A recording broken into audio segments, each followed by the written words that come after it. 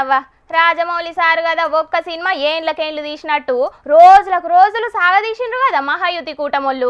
ఎలక్షన్ల result వచ్చినప్పటికేంచి మారస్తే CM ఎవలు అనే మాట్లాడుకున్నారు దేశం మొత్తం.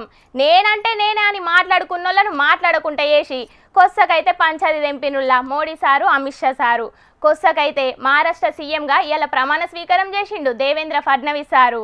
ఇక మరిగా కార్యం ఎట్లయిందో దానికంటే ముందుగాల ఏమైందో ఈ ముచ్చట చూసి పురాగరుసుకొని రాపోండి.